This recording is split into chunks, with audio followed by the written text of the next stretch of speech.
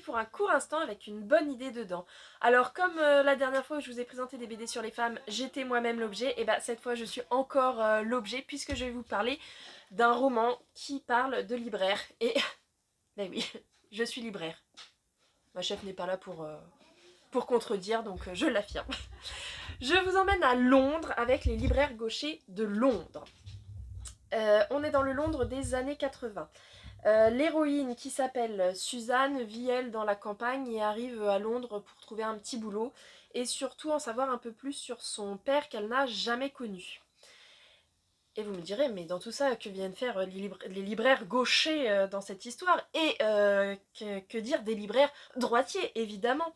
Eh bien, les libraires gauchers et droitiers existent et gèrent un peu tout le fantastique, tout le monde fantastique qui est présent dans Londres, mais aveugle pour le peuple.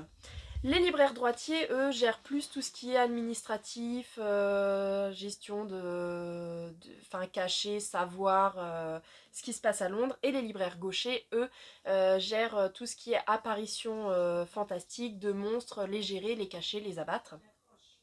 Et Suzanne va rencontrer l'un de ces libraires et se retrouver mêlée dans une histoire fantastique où les monstres souhaitent reprendre le pouvoir.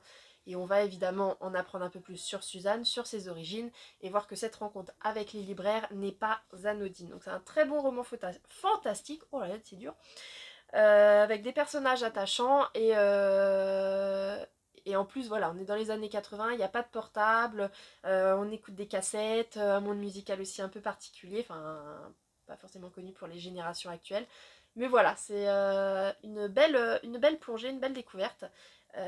Et puis bah voilà, moi sur ce, je vous dis à bientôt. Venez voir les libraires. Alors pour ma part, moi je suis droitière, Aurélie, je ne sais pas, bah, venez le découvrir par vous-même. Salut!